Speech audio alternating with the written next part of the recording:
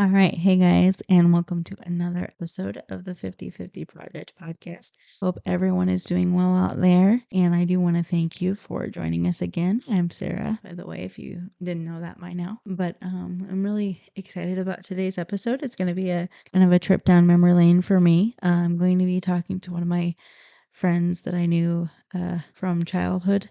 And it's been a very long time since I've spoken to her or been able to see her or talk to her. So this is going to be kind of a reunion of sorts for me. But her name is also Sarah, and she has a disability. And I'm not going to get too far into specifics or telling her story at this point, frankly, because a lot of this is going to be a refresher for me as well, which I'm really looking forward to. So I'd much rather just hear from her, but it's going to be a really good time, and I know will be a really good conversation. So I hope you guys like it. This is Sarah. All right, guys. So thank you for joining us for another episode of the 50/50 Project podcast. As I was saying, I have a childhood friend here of mine.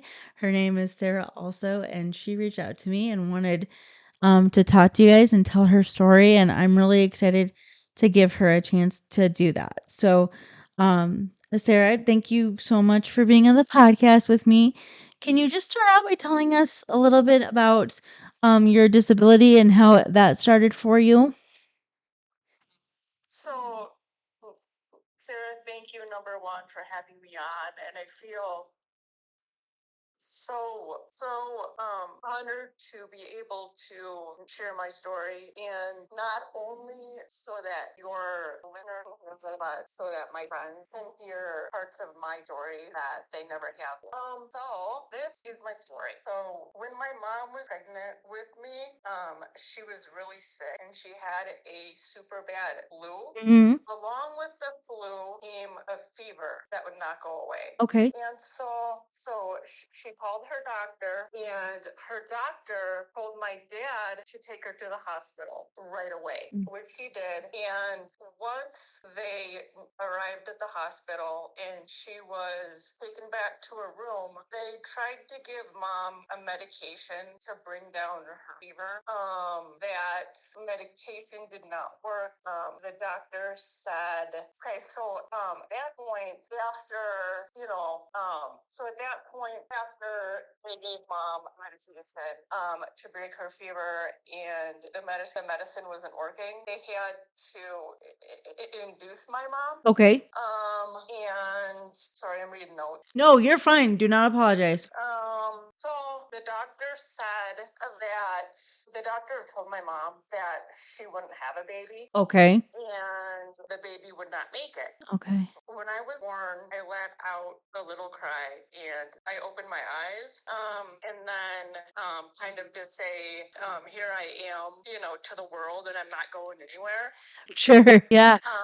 I was born, let me rephrase that. I was 1 pound and 14 ounces of. Oh, wow. I don't even think I knew that. I was immediately transferred to another hospital by ambulance, and they took me into the NICU.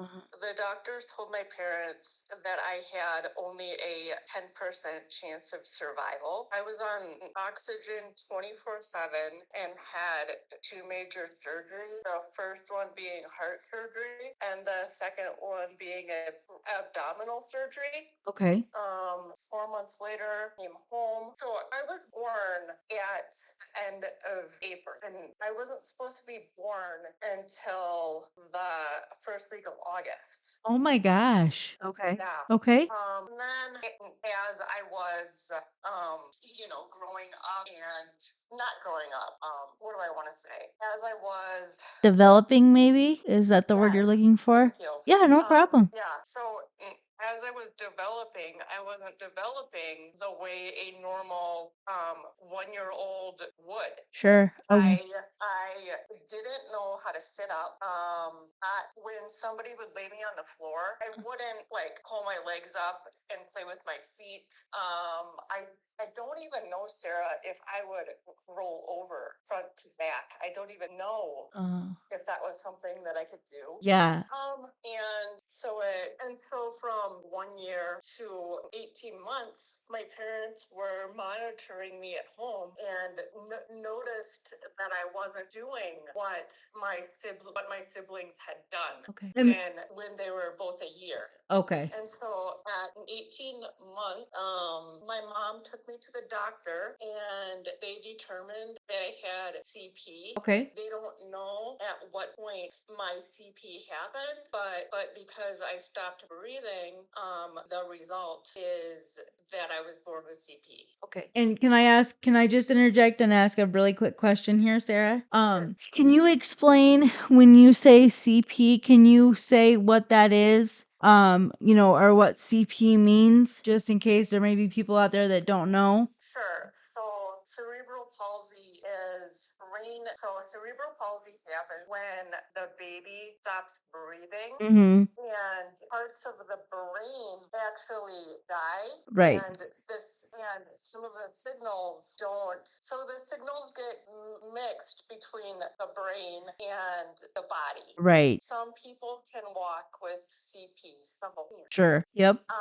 Some people. There's all different levels. Yes. Of CP, and the longer the time that they goes without oxygen because they stop breathing, the more damage occurs. Yes. And I think you describing it, Sarah, you're doing such a good job. And as I'm sitting here listening to you, I'm really struck by, because I think we were just talking about the fact that cerebral palsy is different for everybody who has it, but we do tend to have a lot of more in common. That was my situation too. My mom was sick with me as well, and there was a lack of oxygen to the brain. And so even though our stories are different in a lot of areas, a lot of us tend to start the same. So I think it's really, you did a really good job explaining that. So I think that's really important. And I think too, Sarah, I believe that part of the reason that you and I connected so well and became such fast friends when we were little was because we had that in common. Yes. And we had, situations were similar. Where in school, we couldn't really, Connect. Is that what you're looking for, maybe? we couldn't really connect with other kids that had disabilities because, until I went to the grade school that had disabled students in with regular students, that was where I felt like I could really fit in. Right. I found this missing piece. There were kids like me. They had, even though they didn't have CP, they had some type of disability. Right. And I think it's important, and I'm sure, you would agree, and I think we're on the same page with this as well. I think it's hard for people, especially nowadays, when, now, especially with schools, which is a good thing, they do a much better job of having people with disabilities in their schools, and everybody they do make an effort to integrate a little bit more than they have in the past. But when Sarah and I were growing up, it's important for people to realize you could easily have gone to a school, and I think both of us did, where you were one of the only people that was disabled in any way. And so that in and of itself, not even from just a social standpoint, and Sarah, I don't know if you experienced this as well, but also from a education standpoint, because trying to get teachers to understand, that when you have cerebral palsy, you learn differently. Getting teachers who hadn't experienced that or didn't have background in that, it was very difficult, or at least I found it difficult. I'd be curious to know about your experience with that as well. So, pretty much all the way through school, I was in special ed. Me too. My freshman year, when I got to high school, You're fine. Just take your time. You're doing great.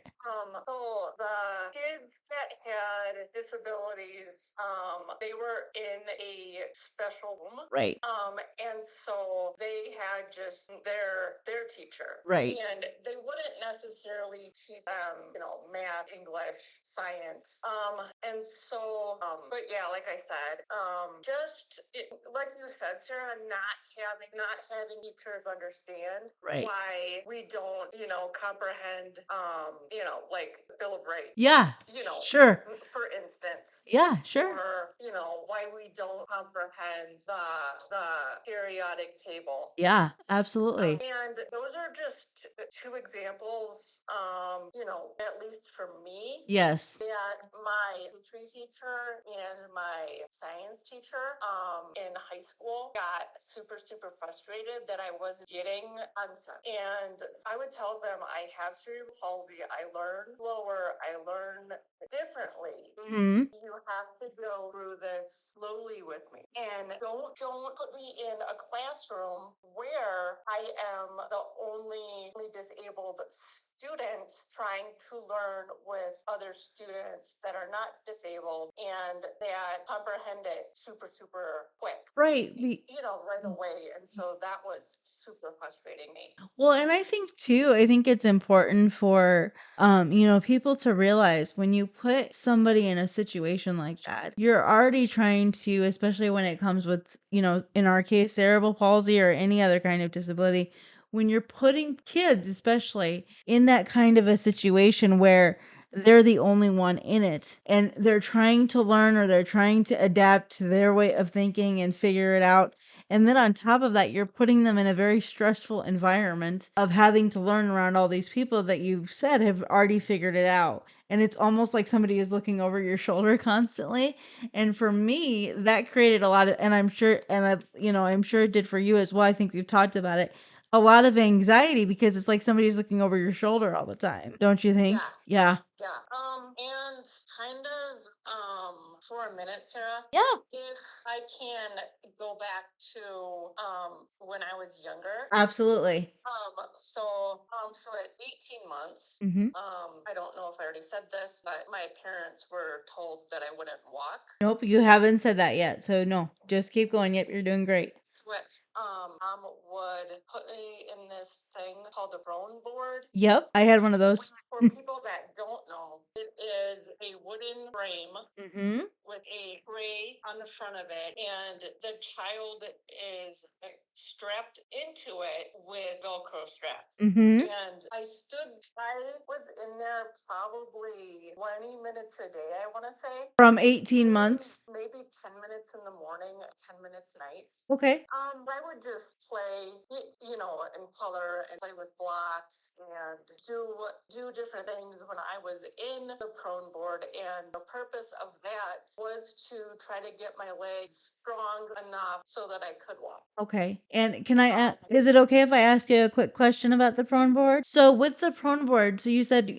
was that something that, and I think this is important for people that maybe don't realize, was that equipment that your parents got from someplace, or is that something they made for you themselves? Do you know? I'm sorry, I should have clarified that for you. No, you're fine. So my pediatrician was the one that I think had given it to my parents. Okay. And then also at the age of 18 months, I don't know if I've mentioned this piece, Sarah, but I didn't know how to sit. Right. Okay. And so my parents would almost have to strap me into like this little log that had like straps over my legs, and I had to learn how to balance. So I think that is important for me to get out there too. Yes. That not everybody that has CP learns how to walk right away. Yes, that's very important. Yeah. But before I get to that piece of my story, I just have a piece on my mind that I feel like I should put into to my story. Yes, absolutely. Go ahead. That's what you're on here for. Is that at 18 months, I went to a special needs preschool. Okay. And so not only would I do preschool things, identifying shapes and colors and letters and things like that, but I also had therapy through school 3 times a week. Okay. Excuse me. You're fine. And then this is the other part that I wanted to say too. And none of my friends, and I know you, Sarah, I don't even think I've ever shared this piece of information with you. Okay. And that piece of information is that I did not learn to walk until I was 5 years old. Oh no, I didn't know that. Okay. Yeah. And so I would crawl wherever I needed to go, wherever I wanted to go. Right. And for my parents and my grandparents and just people who were with our family, neighbors and family friends, that just broke their heart seeing this little girl crawling around because she couldn't walk like her sibling. And I remember looking at my siblings and seeing them walk. You know, to me it was just, oh my gosh, I want to walk someday. Maybe I can. Yeah. So that I absolutely proved my doctors wrong, the medical staff wrong. You know, I've had to fight from day one. Right. Yes. It definitely has not been easy. No. But life is not, it's not meant to be easy. I just put one foot in front of the other and going. And try to do it with a smile on my face and you know, try to think positively, and maybe someday there will be a cure for CP. Yeah. Maybe there will be some, you know, years down the line. Yeah, and we just don't know, do we? Right. You know, and you know, if not, that's okay. But I also feel that you know, having CP from birth, like you, Sarah, we've never known life any other way. Right. Because we were born with our disabilities. Yes. And so we've had to learn to adapt from a very, very young age. Yes. And I am one of those people, and I'm sure you're the same way too. I like to try things on my own first. Yes.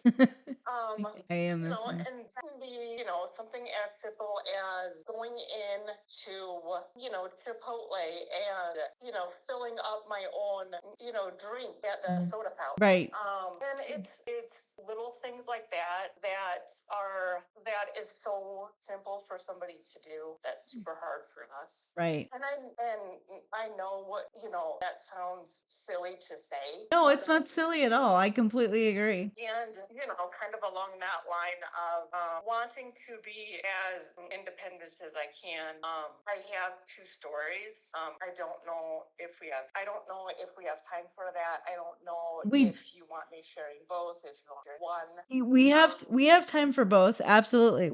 This is what you're here for. So you go ahead and I just want you comfortable. So as long as you're comfortable sharing those, go ahead. Sure. So the first one, my mom and I were at an outlet mall not too far from home. It was pouring down rain, and we were walking out of home, and I was walking over to the ramp and going down the ramp, and this lady from across the parking lot, Sarah, says, "Do you need help?" I said, "No, thank you. I'm fine. I know what to do. You know, thank you anyway." And so I went on about walking down the ramp, and the next thing I know, Sarah, she pushes my walker away from me. The lady that, yeah. Oh my goodness. So wait, let me back up on that a minute. Okay. Before she pushes my walker away, she steps into my walker's face with me, grabs me around the waist, pushes my walker away, so I can't. She tells me she's a nurse, and she walks me to the car. Mind you, this whole time I don't have my walker. She opens the door, she sits me down, she puts my legs in. Oh my goodness. I thought to myself, Sarah, who are you, number one, to do that? Right. When somebody says, "No, thank you, I have it handled." Right. But number two, to actually do what she did and think that was okay. I was just going to say that. Yes. That is something that I would never do. You would never do. Well, and especially when you've already said it was fine of her to ask if you needed help, but you've already said no at that point. So that's part of it too. Yeah. And I feel like sometimes. Maybe the people in public, I don't know. I feel kind of like she felt sorry for me. Mm-hmm. But and this was probably 6 or 7 years ago now. But that just blew my mind. Yeah, I can certainly see why.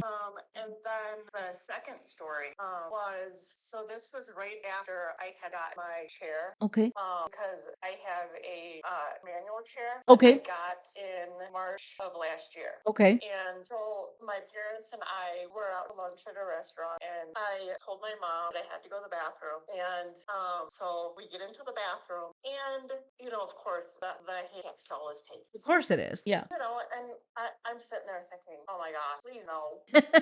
And so my mom had gone down and knocked on the door, and the lady inside said, hang on just a minute, I'll be right out. And so my mom backed up because we were expecting for her to be done in just a few minutes. But probably 3 or 4 minutes had passed, and my mom had gone down and knocked on the door again. And the lady, Sarah, flings open the door, and on the floor of the bathroom, we see all this makeup. Makeup? Yeah, just in this jumbled mess on the floor. Oh my goodness. And she had a little compact Okay. that she was applying her makeup with. And so my mom said, would you please get your things out? My daughter needs the bathroom. Right. And so she gathers her things up. She sighs at us. She tells my mom not to worry. It's not a big deal. She does this all the time. And I sat there and I thought to myself, wow, if you think that's okay, Right. to take a disabled stall when there's regular stalls available, what is wrong with Right, because I'm assuming she didn't have any sort of obvious or any disability. Am I correct in that assumption? Right. And so of course, if I could use a regular stall, I would. Right. If any of us could use a regular stall, but we can't only not transfer ourselves, Right. but the disabled goals are head enough as it is. Right. And I think that's a really important point you're making with this story, Sarah. And I've talked about this a little bit, but can you, for somebody who wouldn't know, when you say it's tight, when you have a wheelchair, when it's tight as it is, what all do you, if you don't mind sharing a little bit, when you're looking at a stall, a bathroom stall, what is it that makes it tight or difficult to use, even if it is a handicap stall? Can you talk a little bit about that? Sure. And what I mean by that is the walls are very close, and the toilet is super close to the wall, and the grab bar. And so for people with disabilities, it's very hard for us to turn our chairs around. Yes. To turn our walkers around. Right. And be able to position our chair, to position our walker, with us still being safe, to be able to get the door open. Right. Yeah, no, and thank you for sharing that. I think that's a really important story because that's something that I've shared my own personal experiences with, and it's really important that people understand. So I'm really glad that you discussed that. Hi, Sarah. Sorry about that. I'm not sure what happened there. So you were talking and the call dropped. Yeah, no. Yep. No. So I was just saying, I think it's really, I think both were really important stories to tell. So I'm glad that you did. And I'm sure you have stories that are similar. Absolutely. And I just feel like it was important for me to get those two stories out there. Yes. Not only for your listeners to hear them, but just, for whoever is listening to this. Sure. Yeah, no, I think it's really important. And along with having a disability, there are so many things that go on, on a daily basis. Uh-huh. That don't talk about. Right. That we don't share. Right. And I'm not going to go specifics, but that's where I feel, Sarah, that this podcast is super important, where we can, come together and talk about our feelings and talk about our frustrations and about our struggles, and know that there are people out there like us. Right. And One person is strong, but a community of all is much stronger than one person standing alone. Right. And I think it's more important. And that is and I'm so thankful that you were willing to come on and share your story, and all the people that have come on and share their story. I think it's really important. And, that's really what I'm hoping, is to give kind of a window into our community and have a safe space for people to be able to talk about those things. Sarah, can you tell me, if you're comfortable, and if you're not, that's fine too. Can you tell me a little bit about, because I know in past episodes when I've taught, I've said there's things that, it's one thing to have a disability when you're younger, but like everybody else, as you get older, things get more difficult, or, things kind of catch you by surprise. Can you talk a little, are you comfortable talking about how, being an adult, an independent adult now at this point, and some of the roadblocks that you've come up against, or some things that have been difficult for you? Definitely. Well, for number one, just being an adult and being disabled is, our bodies change. And let me back up a minute. Absolutely.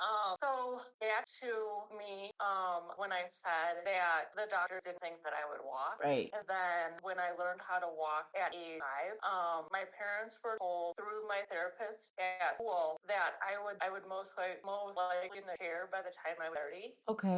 And I that by 10 years. Good for you. I didn't get my chair until I turned 40, and I think that that's pretty amazing. Yes, it is amazing. Good for you. I not it more than I have to. Mm-hmm.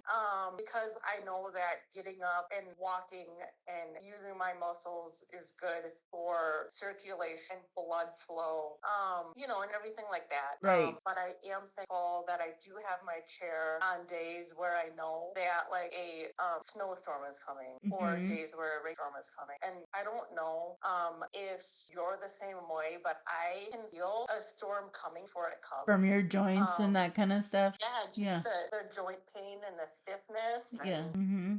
so Yeah, no, I think that's really important. Is there anything else? Sorry, I know you said you had some notes. Is there anything else that you would like, I want to make sure that you talk about everything you want to talk about. Is there anything that you haven't covered that you would like to talk about, or anything like that?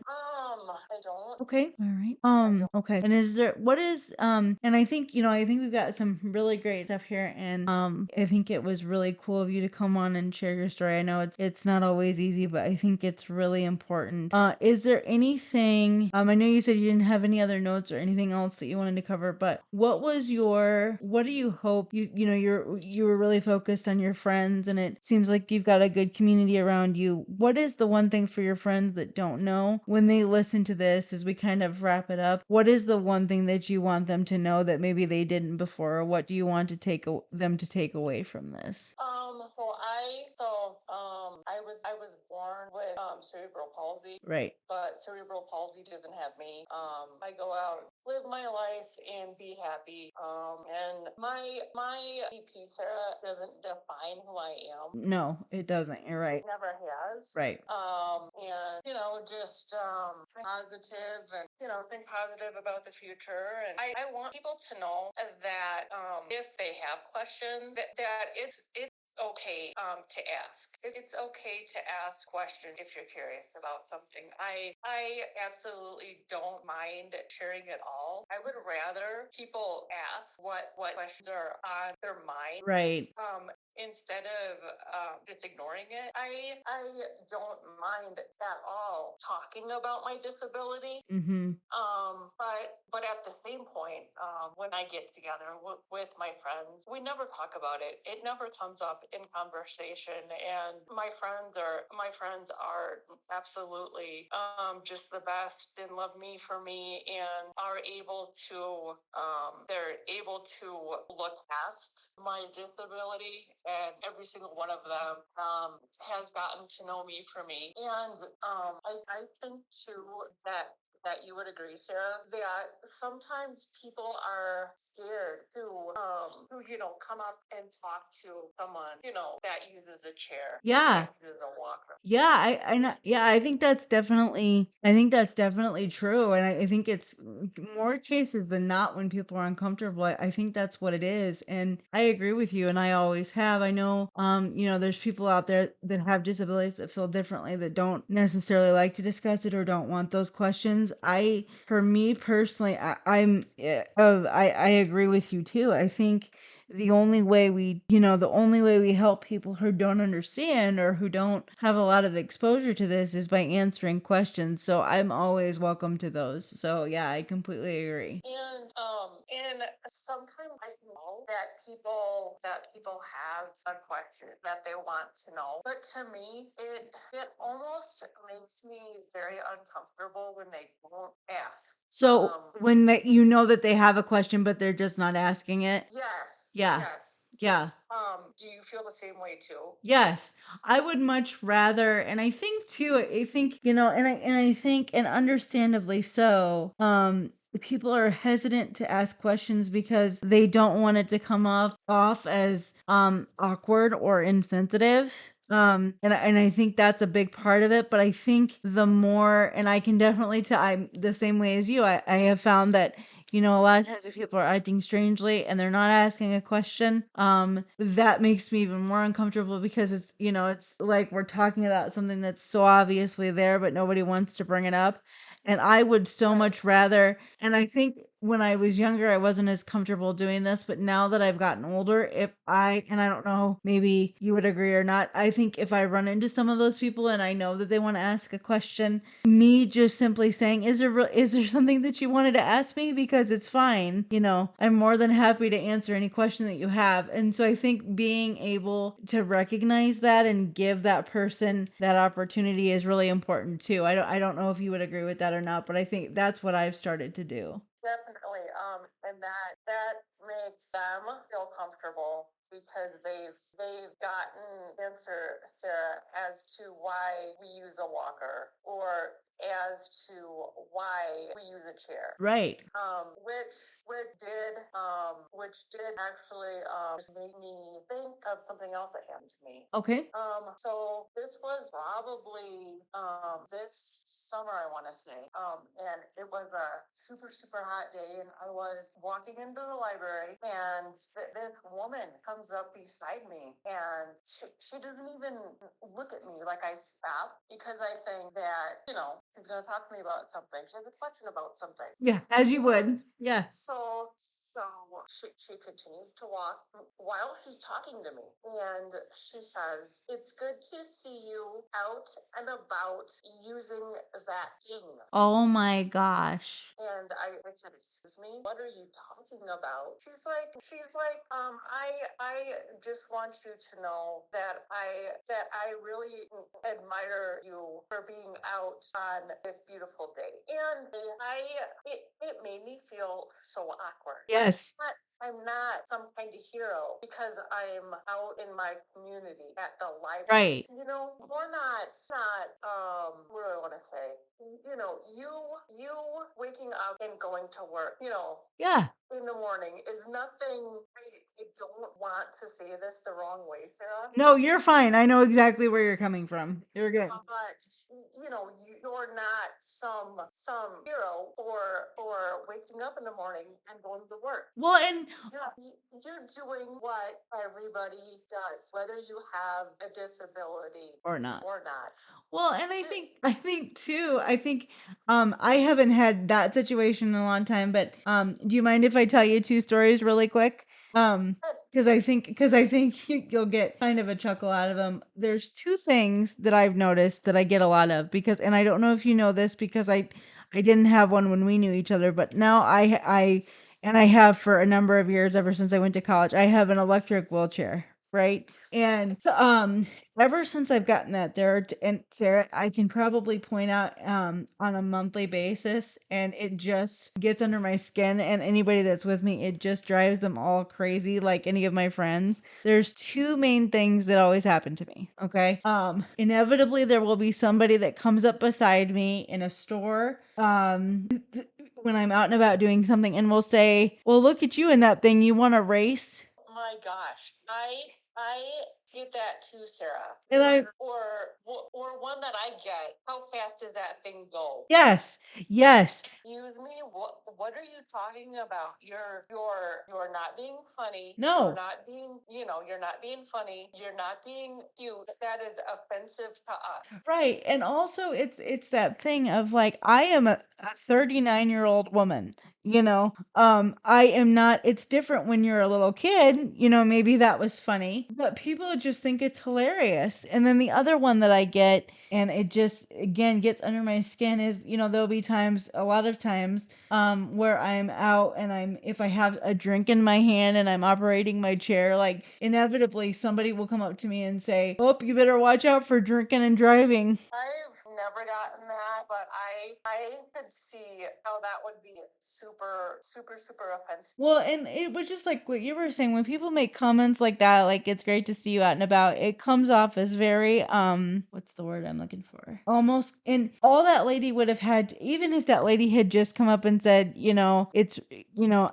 like, "It's very inspiring to see you like doing these things," that would have even been better. But telling somebody, "It's great to see you out and about," it comes off, even though it may not come from a place, it comes off as very condescending. And like you said, it can be very embarrassing, Yes. it just very embarrassing. And she said it loud enough where people stopped and people looked around. Oh yeah, that's the worst. And then I'm like, oh my gosh, now the spotlight is on me more than it is already. Right. Yes, absolutely. No, I completely understand where you're coming from. I think a lot of times, we don't talk, or at least we don't talk about those scenarios because for a lot of people, it is coming from a somewhat good place and people are doing the best that they can. But at the same time, I think we need to let people know this is what makes us uncomfortable. And this is how it sounds when you say these things. You know what I mean? And I don't know if you're this way too, Sarah, but a lot of the time when it comes to those type of situations, I don't tell people how I'm feeling, or I don't say anything. Right. Because I'm worried about offending someone or saying the wrong thing. Right. Which is kind of ironic, right? That we're the ones that feel uncomfortable, but we're the ones that don't want to make other people feel bad. And it's just, yeah, it's a very fine line that we walk, And I think there's a tendency, if we do say something, it's that we're blowing things out of proportion or we're being way too sensitive. And it's very hard for people that have not lived this day in and day out and don't see, yes, we're blessed. I'm so happy that I'm here.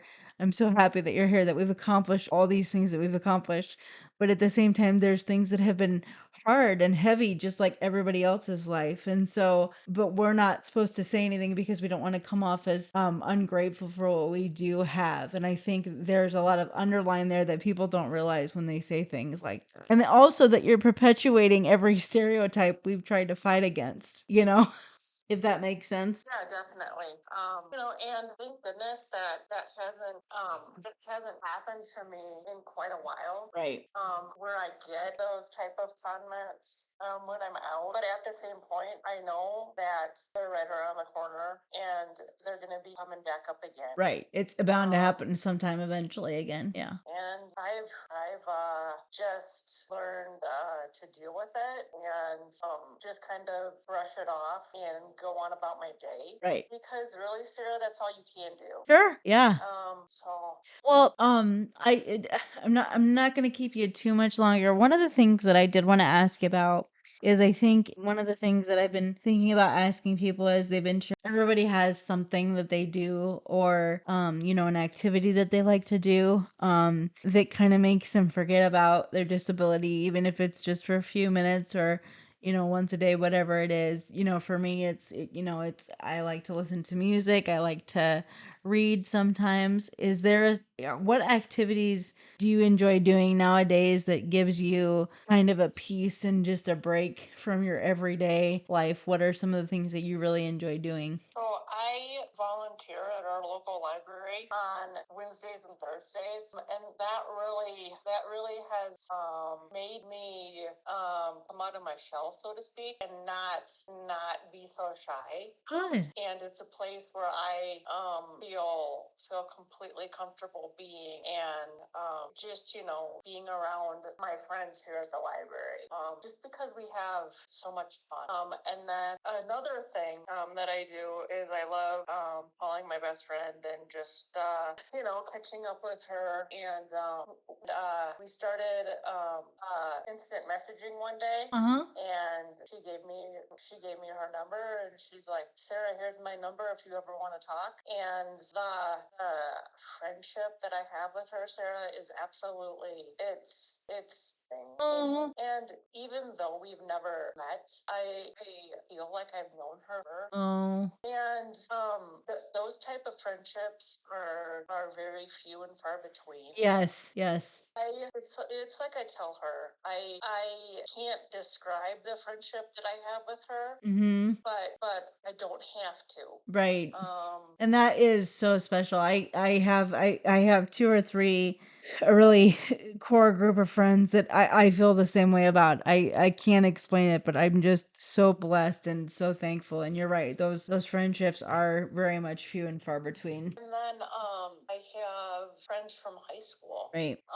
Just a few weeks ago. And that was the first time that we had been able to talk in quite some time. And being able to pick up the phone and talk, it felt like no time. No time has had passed passed. at all. Yeah. And those are the type of friendships that I want to hold on to and cherish, because those friendships, they don't come around very much. No, and I feel like those are friendships that only God can do, really, because and I feel the same. I think it's so important, and I'm so glad that you've found that, and I think it's so special, and I'm so glad that you have that community around you. Oh, and like I always say, life is good. Yeah, it is. Life is there are parts of life that are definitely challenging. But at the same point, life was not meant to be easy. No, I don't think, and I don't even think that's just for disabled people. I think that's for everybody. It's not easy for anyone. So, all right.